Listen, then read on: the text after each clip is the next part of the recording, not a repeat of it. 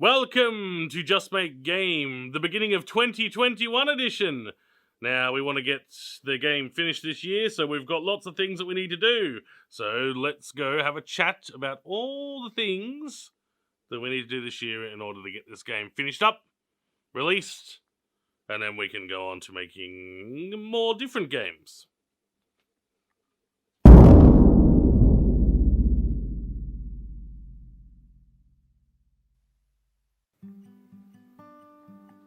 Hello, Happy New Year, everyone.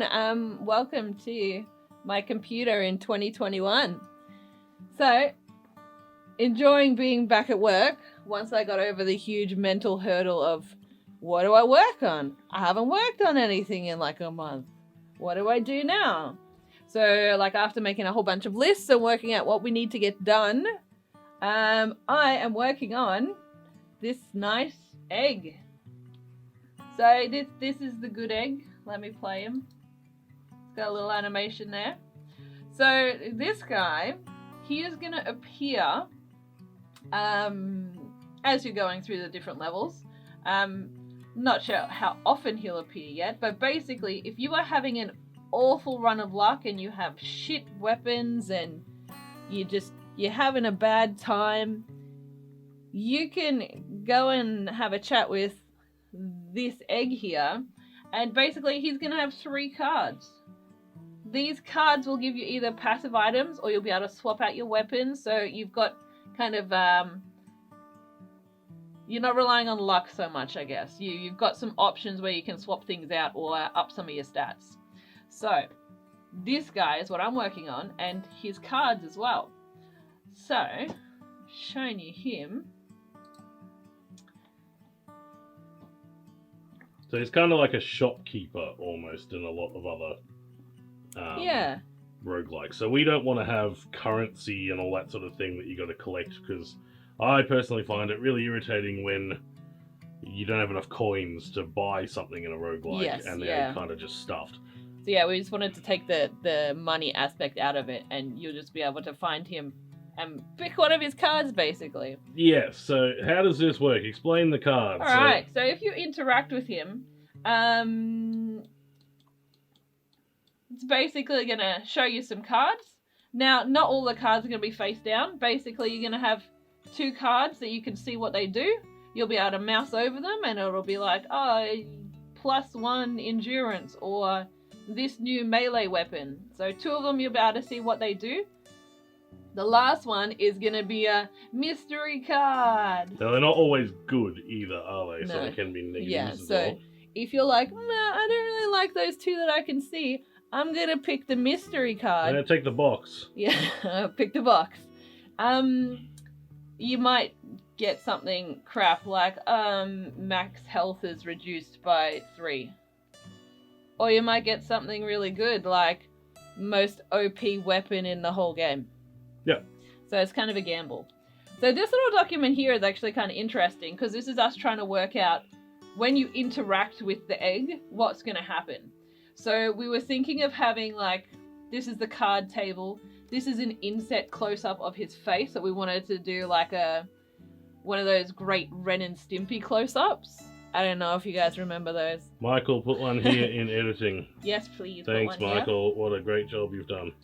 So, working out the size of the cards and stuff as well. And then we were like, oh, but the color palette, we want the color palette to be the same as what we use in the intro animation and the little screen where you're going from one level to the next. So we're changing the palette around, and then we're like, maybe the egg should be over here standing on the crate. And then we're like, you know what? The cards are just going to take up the whole screen. The little inset close-up and stuff would have been really cool, but it doesn't really vibe with the rest of what's going on. We don't have any other close-up portraits of other stuff. Yeah. So, like, trying to keep things cohesive. Yeah, a cute idea, but it doesn't really fit this game. That's it. So these card backs were really fun to make. You got the back and the front here. Mike did these outside little cute patterns because he kept looking over at my monitor while he was doing boring menu stuff. And he was like, oh, can I have a go? So it was team effort. It's really nice. Looks great. So this part of the card is going to have the item on it or the weapon you're swapping out.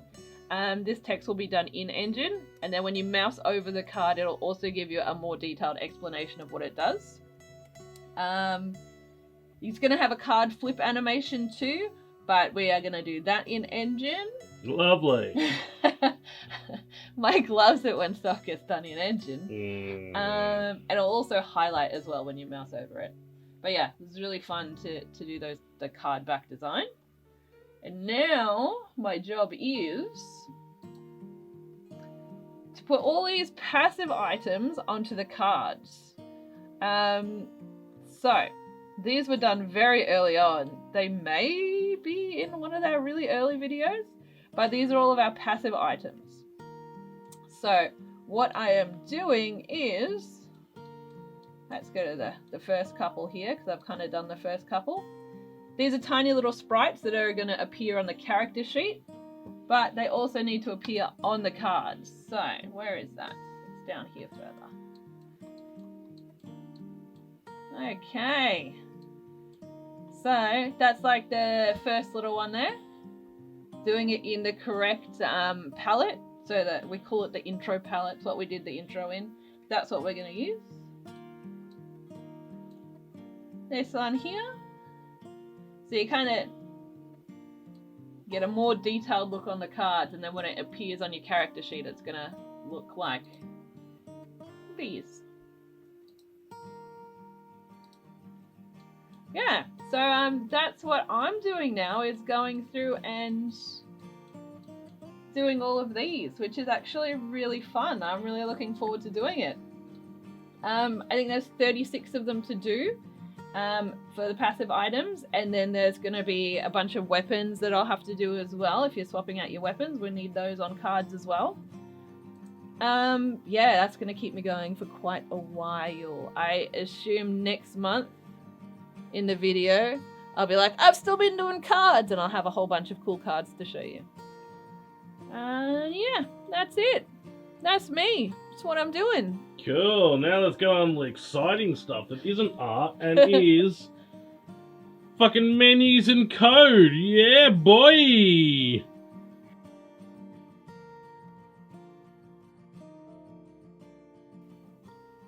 Okay. So I've been doing menus and leveling up and letting the player know that they're leveled up, and tool tips for when you mouse over attributes, and a nice easy way to assign attributes when you level up. So previously you used to be able to, you get for a while now you've been getting experience when you kill things, and you do level up, but it all just kind of happened silently in the background. You couldn't actually see any of it, you couldn't do anything about it. When you did level up, you just kind of got your health refreshed, and then the next level up curve for XP started, but you couldn't actually get attributes and put them anywhere. But all the systems for how attributes influence things have been there for a long time. So now, as soon as this starts up, I'll show you how it currently works. So what I've done is I've just started myself up on level 1, but I've given myself 40 levels worth of attribute points to assign the things, which is, I don't think you'll even get to level 40 playing the game all the way through, to be honest with you. You'd probably get to about 20 would be my guess, with the way the current XP curve works, because it's a good old exponential XP curve. But I'll start them up here. So rightio, first thing up in the top left, you actually now have an indicator that you've leveled up. So that appears now when you have any points left to spend, like any RPG ever, but we never had anything like that. Well, open up the actual menu. Hang on, I'm getting shot at. This will pause, but I don't have pausing in yet. Thankfully, I can't die at the moment, so I'm just going to kill these things off, otherwise I'd already be dead. Right. So this is our menu that we've had for quite a while. Now we've got tooltips for what everything does.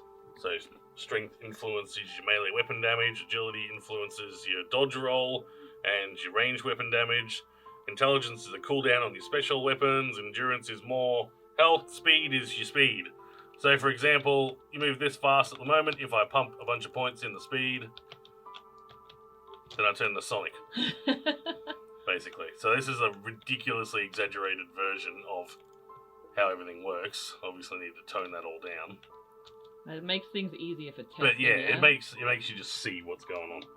Now, my dodge roll is still the same because my agility hasn't changed, so I'm fast, but I still am slow to pick myself up off the ground. If I put a bunch of points into agility, you'll see that recovery frames after rolling, because you have little invincibility frames in the middle there, and then you're vulnerable at the end. With lots of agility, I pick myself up almost instantly. And yeah, that's kind of how it works. And now I do wonderful things like about twice the damage I used to do with my rifle, because I've got a bunch of points in agility. So let me just start this up again. So you can also do things like endurance, put a bunch of points in that, and now I've got a shitload of health. Where? Put more points in, more health. That sort of thing. So as simple as that. So this all works. It all does what it should. Obviously the numbers need to change around, that sort of thing. You're not going to be able to get that fast. That's absurd. But, you know, this sort of speed won't be unheard of, you know, for a speed-based character. Especially one that starts with higher speed, and after you got a couple of levels, getting to that sort of pace, that's, you know, that's going to be a thing that happens. Whereas, yeah, being, you know, this sort of speed in a sort of end-game character that's got lots of health and lots of strength, then, yeah, that'll be a typical thing as well.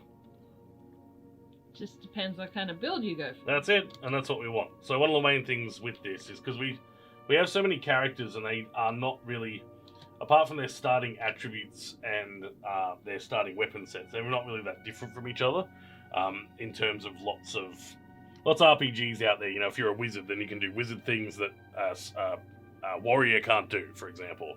You can cast spells, he can't cast spells. In this, we want it as open as possible, but we want the attributes especially to influence things to a pretty large degree. So if you've got lots of strength on your starting build, and bugger all speed, then I want that to feel totally different to a fast character that's got a high speed, low strength, and starts with totally different weapons that capitalize on that sort of thing. So that's one of the things I always wanted with this. So hopefully we can get it happening, but at the moment it looks like it's all going to work. Playing a high strength character right now, after you put 20 points in it, definitely feels very different to pumping 10 points in speed and then just running past everything. What else are we working on? Oh, right. I was going to say, can you open that screen again and show everyone where those little passive items are going to go? Oh, they go over here as you collect them. Sweet. So as you pick up those cards, they all get assigned there. Now, yeah, so the reason that we're working on all this sort of stuff at the moment is we're looking at putting in a first playable or a alpha or a demo or whatever you want to call it. Basically, a version of the game where you'll be able to play through essentially this first dungeon.